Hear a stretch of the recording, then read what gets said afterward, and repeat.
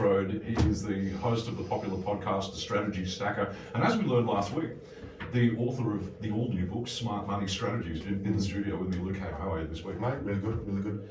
And how'd the book go?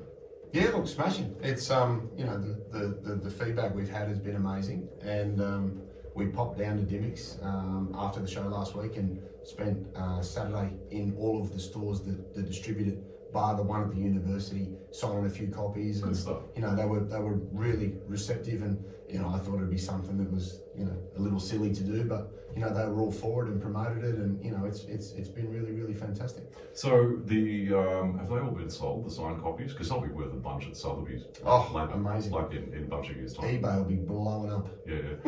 I never tell anybody that I have the entire collection of the Hitchhiker's Guide to the Galaxy by Douglas Adams, who's no longer alive. Right. All signed by the author. I'm not planning on going I don't know. That would not be a smart money strategy, would it? Might be for my wife. Well, if you've done your job properly, yes, it would be. Exactly. The book is written for basically everybody who's looking at some kind of financial security, which is essentially everybody. But as we discovered last week, there are different strategies required at different times in your life. Exactly. Okay. Let's just do a little by the decade, if we can. Yeah. So let's start. If you're a person in your 20s, you're possibly just graduating from university, you might have the old HEX debt, whatever it's called now. So you start your professional life with a debt that you need to get rid of fairly quickly. That's often a key component of getting young people to the point where they can start investing beyond what their employer is putting in from the compulsory superannuation guarantee. What's the first step for somebody like that? Well, I think it's about understanding, you finish your education, you join the workforce, and you start to receive, what would be a new salary. Yeah. There are certain limits and thresholds where, the HEX debt or help debt, whatever they call it now, is triggered. But it's a really good way of being able to get in front of that and pay it off, to then also be able to have some good budgeting skills. When you start to earn some money, you learn some responsibility, and you have fixed obligations that you need to try and adhere to as your life evolves as you get a little bit older. So you move into trying to pay off your debt and be diligent. You do that through having a good budget. You may then also use a number of the tech apps that are available as a really good starting point. We say in the book regularly that do a little something a little sooner, and that's a great way of saying, well, I have come into additional cash flow through work, so what could I do to try and start something at a very small level, and then have that repetitious behaviour of saving, deposits, investing, reinvesting, and building up a little nest egg outside of your superannuation guarantees you mentioned, but have something in your own name there where you're actively choosing to do something that is of a proactive nature and benefit to you over the longer term. So you sort of start that part of your life and then build those skills, and those skills really continue forever. It's just the magnitude or depth of the saving that you start to manipulate depending on what you decide to do as you move into a more mature part of your career, as your remuneration continues to grow through your experience and change in occupation. One of the difficult decisions that people in that demographic are often faced with is, do I go into investment vehicles such as you're talking about, or do I save up for a house deposit? What would be your advice there? Well, I think you need to bring it back to your why. People have different objectives and different belief systems, and I think you need to do something that is true to you and that is your key priority. It doesn't mean that you can't do both, because you might actively save into a bank account which is for a home deposit, and as part of your remuneration you could direct that to an investment portfolio in your own name, which could provide you with some capital growth over time that could then be redeemed and used as a deposit. So you're sort of turbocharging your potential deposit with other investments prior to that. Exactly, and it's just about, again, being comfortable taking on an element of risk, because there's an element of risk in anything, and it's about trying to move forward with an alignment of what your objective is, and then what are the tools that are available, the resources that are available to me that I can use to try and, as I say, turbocharge that to say, well, I'll save this to the bank because it's safe, and I'll save this to a portfolio so I've got the benefit of time and compounding over a 3, 4, 5 year period. You may then redeem that capital, put it towards your deposit, buy the house, and then potentially draw that money back out to buy back the portfolio and create a tax deductible investment loan. So that's where that stacking mentality comes in, where you can start your journey financially and then build on that. And then it's about the strategic benefit of considering other options or evolving your thought process to, well, now I have bought my home. Now I am filling up an offset account. Now let's use that offset account to borrow to buy investments in our own name so we get some tax benefit. So it's about evolving your thinking in conjunction with the evolution of, one, your cash flow, and two, your working life and how things change as you mature as a person and as a professional. Okay, let's mature 10 years. Yep. You are now in your, say, early mid-30s, you're possibly married, you might have a couple of kids, you do not own your own home yet. Right. And you are kind of struggling to make ends meet a little bit.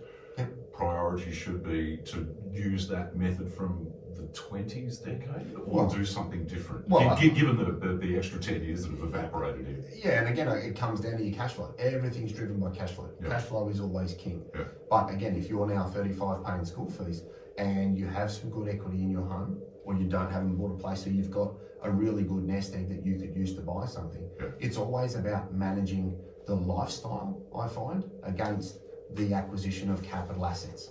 And there's always a tipping point where something will become more important.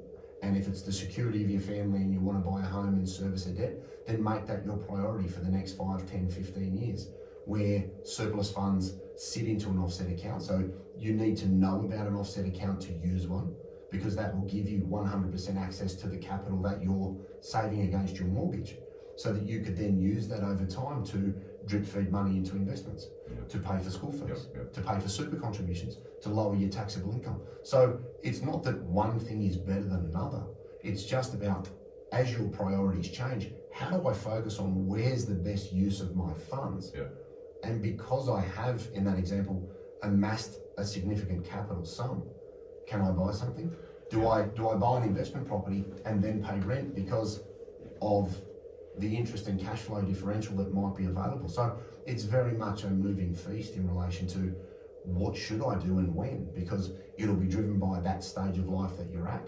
You know, a couple at 35 with no kids can hammer away, savings with 2 good jobs at a much better rate than someone with 3 or 4 children. Yeah, I have had a couple of friends and in exactly that situation, and they effectively retired at 42.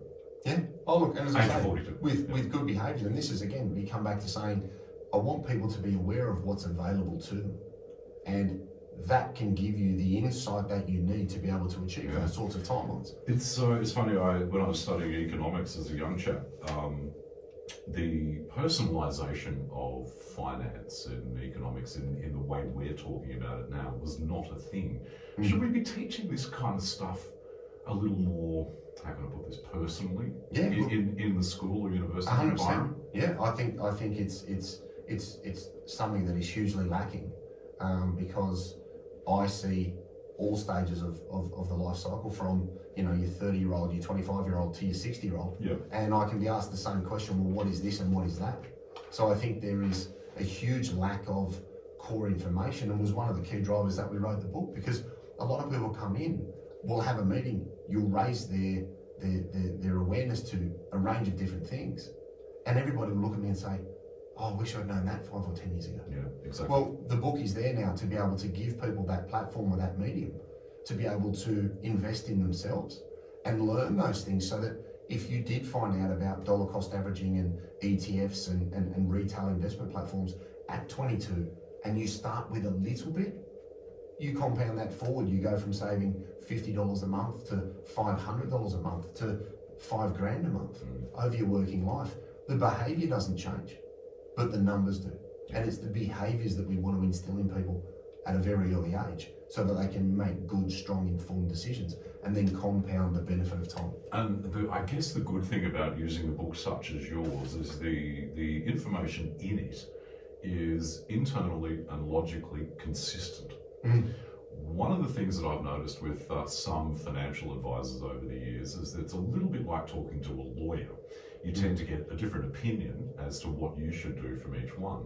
The great benefit of your book, in the way you've structured it, is that, as I say, it is logically consistent in terms of the pathways that you can access to grow your wealth. So I don't know, it's just very confusing sometimes, because you talk to one financial advisor, oh mate, if you've got any coin, put it in property, right? And the other one will say, oh no, you really should go to the markets or some other investment. And it's inherently confusing. The book isn't confusing. No, and that was really why we wanted to make people aware of the options that are available to them. Because property is great for some, shares are great for others. You can have a mix of both. It's not that one is better than the other. It's really about saying what is right for you and what could you do with the resources that you have to go down either road. Because if you're not earning a significant amount of money, it's very hard to save for a deposit and buy an investment property. Yeah, totally. That doesn't mean you don't like them. No. It's more about saying, am I aware of that? Could that then be the fire I need to say, well, if I had X, I could buy Y. Right, okay, there's my goal, I'll go and chase that. Ultimately, though, you still have to make decisions about where you spend your discretionary income, don't you? That money that you have, we can either go on a holiday, we can go out to some fancy restaurants, we can go and buy some new clothes, or we can stick it into the portfolio. You have to make those sort of decisions, don't you? Yeah, and look, I laugh with people because for many decades, people have walked in, sat down and said, look, we're just average people. We're not extravagant. And I say, oh, well, I'm yet to meet anybody that isn't. But the next line out of their mouth could be, I just need $50,000 to live on. Or, I just need $400,000 to live on. I'm not extravagant. And in everybody's eyes, they're not. But to exactly your point, you have to choose what you're going to do. Yeah. And I think being informed in relation to where your money going is one of the key things that ties directly into the question I always get in is, can I retire? And when I ask people, well, what do you need to generate? 9 times out of 10 they go, I don't know. And they shrug their shoulders and go, well, there's some homework for you. Because if you were going to build a house, you wouldn't come into me and say, what does it cost to build a home? You'd come in and say, I'd like 4 bedrooms, a pool, a cinema, a 4-car garage, and You need to do the same thing here. You're the ones who are not extravagant. That's right. That's it. Yeah, that's because I just moved out of a tent. But that's exactly right. But it ultimately comes down to informed choice.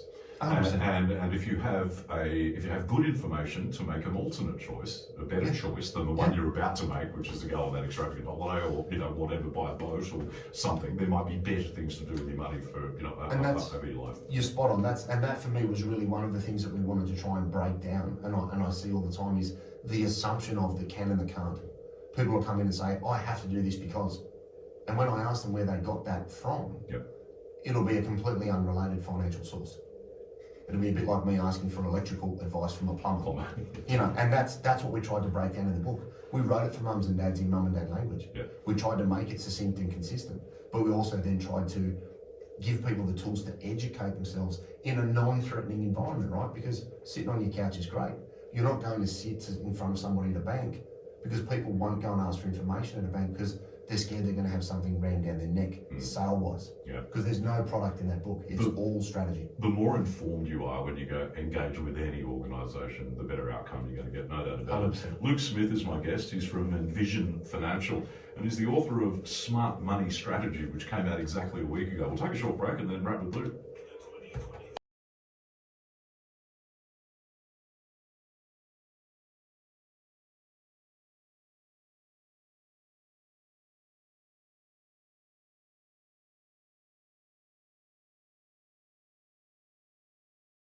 In the studio with Luke Smith this afternoon, host of the popular podcast, The Strategy Stacker, and author of Smart Money Strategy. Luke, in the little time we've got, what are the key sort of takeouts from the book? What do you need to do? Yes, I think we touched on some of the key sort of contributors before the ad break, but I think get the facts first, don't assume. I think assumptions can be very, very expensive, and you could be missing out on doing things a little bit sooner to have that momentum of compounding in time. I think waiting for the time to be right is a bit like waiting to have a child at the right time. Or saying, I'll do this later, when I get more money, when I get a promo, when I get a better job, and by the time you're 55, it's too late. Exactly. So just do something a little sooner, but be consistent. If you can use technology and automate it, do so. But get your facts, get your parameters, and then work within yourself to know that you can move in the right direction positively.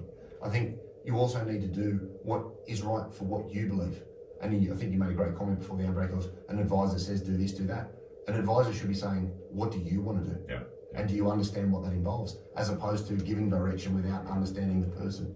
And that's where, your why becomes very, very important as to the way you move forward. Yeah. If you've been listening to Luke and I chat this afternoon and you want a bit more info, what's the best place for listeners to do that? Yeah, so 6260-4749 is the office number. We've got envisionfinancial.com.au on the internet.